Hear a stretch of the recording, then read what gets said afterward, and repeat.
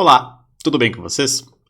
Como será que eu posso realizar uma restrição, ou seja, um corte numa molécula de DNA e depois uma ligação envolvendo um DNA plasmidial e um possível inserto? Vamos ver? O nosso primeiro objetivo e primeira necessidade é avaliar quais enzimas cortam, tanto o nosso inserto quanto o nosso plasmídio. Porque eventualmente a enzima corta no ponto que nós temos interesse, mas corta também em outros lugares. E isso pode ser horrível para o nosso experimento, arrasar o mesmo. Por isso, nós temos ferramentas virtuais que permitem isso. Uma delas é aqui, o Nab Cutter. É uma das mais fáceis de serem utilizadas. Você simplesmente pega a sua sequência que deseja avaliar e coloca nesse campo em branco aqui ao lado. Depois de colocar nesse campo em branco aqui, vocês vão clicar no Submit, esse botãozinho.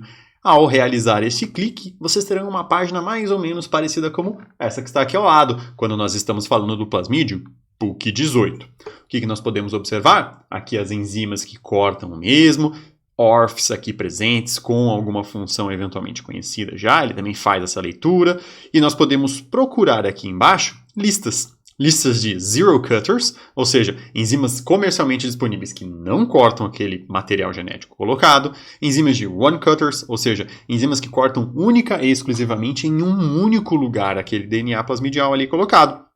E também todos os sítios de enzima de uma vez só, indicando qual enzima corta e em qual lugar e quantas vezes que é o mais importante. Assim, por exemplo, se eu quero realizar um corte para retirar um determinado fragmento do meu plasmídio, sem a necessidade de amplificar por PCR e inserir novos sítios, o meu interesse é que eu faça um corte único do lado esquerdo e um corte único do meu lado direito da região que eu pretendo retirar. Ou então da região que eu pretendo inserir. E aí justamente vai depender do seu objetivo e do tipo de material. Se eu quero adicionar um sítio de restrição para realizar uma clonagem, por exemplo, utilizando uma PCR, é importantíssimo que essa enzima de restrição não esteja presente na sequência codificante do meu plasmídio, ou na sequência codificante, melhor dizendo, do meu inserto. Por quê? Se por acaso eu for realizar o corte desse sítio que eu acabei de inserir, eu também vou cortar no meio da minha sequência. Por isso, nessas situações específicas onde eu vou utilizar uma PCR para adicionar o sítio de restrição, é importante que a minha enzima esteja aqui dentro dos zero cutters. Com as enzimas de restrição escolhidas, nós devemos partir para o passo de decisões sobre a nossa reação. Vamos assumir que vocês tenham que cortar esse plasmídio com duas enzimas diferentes. Eventualmente, você pode combinar essas duas enzimas no mesmo tampão e realizar o corte duplo que nós falamos. Vamos ver como isso funciona? Essa tabelinha aqui da Nab, ela vai nos trazer qual é a performance das enzimas de restrição em determinados tampões. E além disso, mais algumas informações extremamente importantes sobre as mesmas. Isso vai variar de fabricante a fabricante. Se, por exemplo, a sua enzima é da Thermo Fisher, você tem que olhar a tabela adequada. Se a sua enzima é de outra marca, você deve sempre procurar a tabela que traz as informações relacionadas com o fabricante da sua enzima.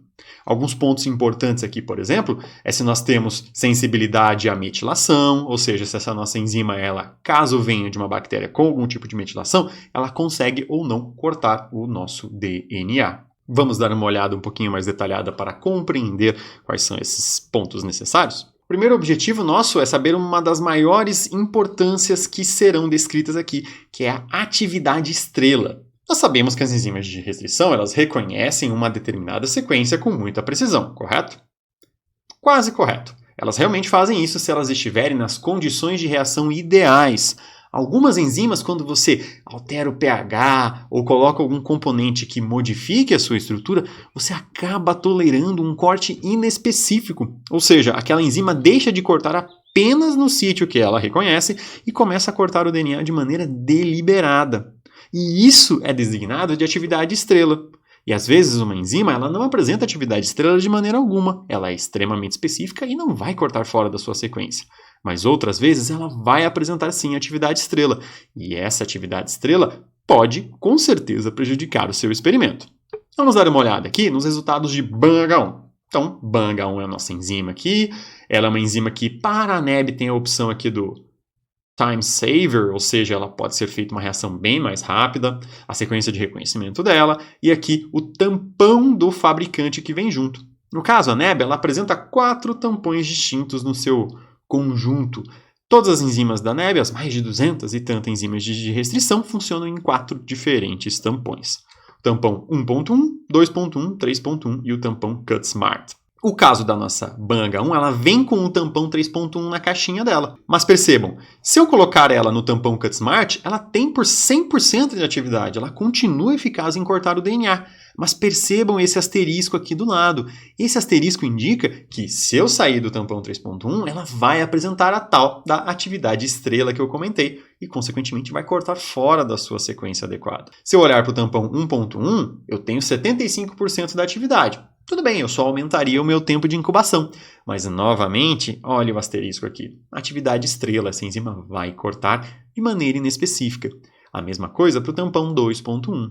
Então, apenas a composição, a receita e o pH do tampão 3.1 são adequados para se realizar uma restrição com a nossa enzima Bang-H1. Outros pontos interessantes é se a enzima consegue ser inativada de maneira térmica, ou seja, eu preciso parar a minha reação de clivagem. O que eu devo fazer? Posso, por exemplo, aquecer a enzima? Não, Bang-H1 não se inativa com aquecimento. Para poder inativar a reação, eu preciso fazer uma purificação do DNA, seja antes ou depois de uma eletroforese. A temperatura de incubação é 37 graus, ou seja, a enzima funciona bem a 37 graus, ela utiliza um diluente caso esteja muito concentrada, e ela aqui é insensível a distintos tipos de metilação, seja DAN-DCM de procariotos ou metilações em ilhas CpG de procariotos. Então ela consegue clivar DNA metilado tranquilamente. A definição do substrato aqui é em unidades clivadas de DNA do fago lambda. Se nós continuarmos aqui, podemos olhar a enzima PME1. Mesma coisa aqui. Ela tem um processo aqui de diferença em relação ao Bang-H1, porque ela é sensível, como podemos olhar aqui, à metilação CpG. Então, se você usa DNA de eucarioto que está metilado e tenta cortar ele com PME1, se o sítio de reconhecimento for numa região promotora metilada, essa enzima vai apresentar dificuldades em realizar o corte. Ao contrário de Bang-H1, o tampão que vem junto é o Cut Smart. E se nós olharmos aqui, ela tem 100% de atividade no Cut Smart. E no tampão 3.1 da Bang-H1, ela tem só 10% de atividade, ou seja, ela é bem ineficiente no 3.1. Então, se por acaso eu precisasse montar uma reação de restrição de Bang-H1 e PME, eu precisaria fazer primeiro a reação com Bang-H1, purificar essa reação e depois realizar uma nova restrição com PME1 também. Existe um macetinho para quando você está com muita pressa, mas eu definitivamente não recomendo, que é olhar a quantidade de sais presentes no tampão, ou seja, a concentração final do mesmo. E aí você pode iniciar pelo tampão de concentração mais baixa, adicionar o tampão de concentração mais alta e aí colocar a segunda restrição. Mas isso não é eficiente e pode levar à atividade estrela. O ideal mesmo é realizar uma purificação da sua reação. Então eu faço a restrição, faço uma purificação, corro um gel, ou faço uma precipitação, qualquer tipo de purificação iguais às que a gente viu no vídeo de extração de DNA e continuamos fazendo a nossa segunda restrição. Vejam que aqui também nós temos uma outra diferença. A temperatura de inativação é de 65 graus Celsius, ou seja, eu posso desligar a minha PME, estragar a minha enzima apenas aquecendo a mesma. A incubação é a 37 graus Celsius e não temos outra diferença ali muito significativa em relação à Bang-H1. Se nós olharmos para outra enzima, como a XBA1, ela é sensível à DAN-metilação. Ou seja, se você pegar um material procariótico metilado em DAN-DCM, XBA1 não vai reconhecer e não irá realizar a clivagem. Então isso é um ponto importante que deve ser avaliado. Novamente, nós temos uma atividade no tampão Cut Smart de 100%. No tampão NAB Buffer 3.1 aqui indicado, nós temos ali 75% de atividade. É uma atividade razoável, uma atividade boa, seria interessante só eu aumentar o período de incubação e eu poderia fazer a minha restrição juntamente com o BAN simultaneamente. Se a restrição fosse XBA-PME, fica mais fácil. Eu trabalho no próprio Cut Smart, coloco as duas enzimas e posso cortar simultaneamente o DNA em 2 lugares diferentes. O restante aqui ele é bem parecido com o nosso resultado de Bang-H1 e de PME. Por fim, tendo escolhido as nossas enzimas, vamos supor que eu vou fazer um corte apenas com Bang-H1 em um vetor chamado de PBABY puro, que estava a 546,8 nanogramas por microlitro, eu devo estabelecer uma reação muito parecida aqui com essa. Então vou colocar ali o meu NAB Buffer de 3 microlitros, curiosamente também o nosso tampão 3, o 3.1, que é onde eu tenho a única atividade adequada de Bang-H1, eu vou adicionar a própria enzima Bang-H1, no caso aqui estou utilizando 2,5 microlitros de enzima, e coloco o equivalente ali a 3 microgramas de DNA de P-Baby, esse vetor plasmidial que será cortado. Para isso, eu preciso adicionar 5,49, 5,5 microlitros ali da nosso estoque de DNA plasmidial. Completo com água ali para fechar um volume nessa nossa reação e incubo ali, por exemplo, por 1h30 a 37 graus, por ser uma reação muito longa. No nosso caso aqui, percebam que eu até pulei ali os passos para a nossa incubação a 65 graus Celsius, porque não há necessidade de fazer isso, nós não precisamos fazer a incubação. Nós não precisamos fazer essa incubação. Por quê? Primeiro, porque a nossa enzima não inativa a 65 graus Celsius, não tem essa necessidade. Segundo, porque nós iremos purificar esse material de outra forma para remover a nossa enzima. E como vai ser essa purificação? Com uma eletroforese preparativa. Percebam aqui, eu tenho na canaleta 3, como vocês podem observar, o vetor P-Baby puro original. Então, nós observamos aqui no mesmo a presença de uma banda alta aqui e a presença de uma outra banda superhelicoidizada, um pouco mais baixa. Essas duas bandas aqui, elas permitem que nós consigamos realizar o discernimento de peso molecular entre bandas que são iguais, ou seja, nós temos a mesma massa molecular, só que eu tenho material aqui embaixo superhelicoidizado e material aqui em cima relaxado. O material superhelicoidizado, por mais que ele tenha o mesmo peso molecular, por ser mais compactado, ele consegue migrar mais rapidamente no nosso gel. E é justamente isso que ele causa aqui na nossa situação. Já aqui no nossa canaleta de número 2, eu tenho o meu vetor cortado com BAM-H1. Percebam que agora a banda ela migrou aqui, eu clivei a maior parte do meu vetor, ainda teve um restante aqui que não sofreu clivagem, mas essa maior parte aqui do vetor, ela está clivada numa altura não tão baixa quanto a nossa banda de DNA superhelicoidizado, que está super compactadinho, e nem tão alta como a nossa banda aqui de vetor que está circular, mas bem relaxado. Feito isso, eu posso continuar com o meu processo de purificação e literalmente chegar ali no meu gel e cortar o mesmo com um bisturi para poder separar o material que eu tenho de interesse do meu vetor. Eu devo repetir um procedimento desse também com o nosso material ali oriundo do meu inserto. Depois disso, tendo o meu inserto e tendo o meu vetor plasmidial, eu posso fazer a ligação. Para evitar a religação do próprio vetor, dado que o meu corte foi apenas com BAM-H1, seria interessante realizar a defosforilação desse meu vetor. Para isso, o que eu deveria fazer? Adicionar uma fosfatase e purificar essa nossa reação.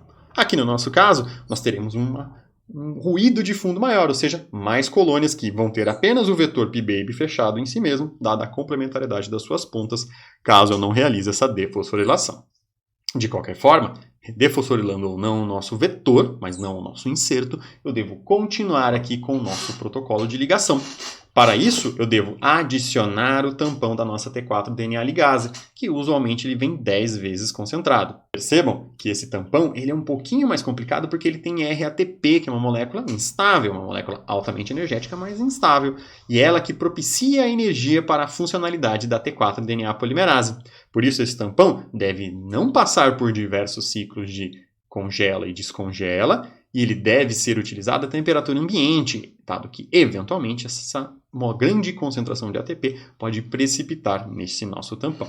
Então, ele deve ficar, idealmente, em alíquotas de uso único ou de pouquíssimos usos armazenado no seu laboratório. Com isso pronto, nós podemos adicionar aqui, para uma reação de 20 microlitros, 2 microlitros desse nosso tampão. Vou colocar também água para completar esses nossos 20 microlitros e 1 microlitro da própria T4 DNA ligase. E quanto de vetor e quanto de inserto eu vou colocar? Usualmente a gente tenta estabelecer uma relação ali mais ou menos molar de um vetor para cada 3 insertos, para priorizar a ligação do nosso inserto dentro do vetor. Mas não só em massa, isso deve ser corrigido pelo tamanho do vetor. Então percebam aqui, se eu tenho um inserto de 1000 pares de base, eu coloco 37,5 nanogramas no mesmo. Um vetor de DNA de 4.000 pares de base, eu preciso primeiro dividir por 3 essa minha quantidade de material, mas multiplicar ali por 4, dado que eu tenho 4.000 pares de base. E por isso que eu vou manter aqui essa nossa proporção de 1:3, como aqui utilizado. Existem calculadoras, como a NebiBio Calculator, que auxiliam nesse processo. Devo, então, um procedimento, realizar o descongelamento dos meus materiais, montar essa reação e homogeneizar ela gentilmente. Depois de homogeneizar gentilmente, eu posso dar um breve spin para que a mesma vá para o fundo do tubo. Se eu tenho pontas coesivas que ligam uma na outra, ou seja, que encaixam muito bem ali, a gente pode fazer uma reação 16 graus Celsius durante a noite toda, ou então uma reação rápida de 10 minutos à temperatura ambiente, que eventualmente você também tem sucesso. Se você tiver um overhang apenas, quando eu estou falando de clonagem TA, ou então uma situação tal que você tenha pontas não coesivas, você deve incubar essa reação por 16 horas overnight ou pelo menos 2 horas na temperatura ambiente. Existe uma alternativa que muito provavelmente não é a mais econômica, que é você colocar mais T4 DNA ligase na sua reação. E aí você consegue fazer uma reação a 10 minutos à temperatura ambiente. Entretanto, essa nossa reação vai ficar um pouco mais cara. Depois disso, você deve inativar a 65 graus Celsius por 10 minutos a sua reação realizada. Essa inativação faz com que a DNA ligase não esteja mais adequada e possa ser transformado o material sem nenhum problema, utilizando a sua célula competente de preferência. E assim, você vai realizar a transformação e avaliar se teve colônias positivas no seu dia seguinte. Até mais e bons estudos!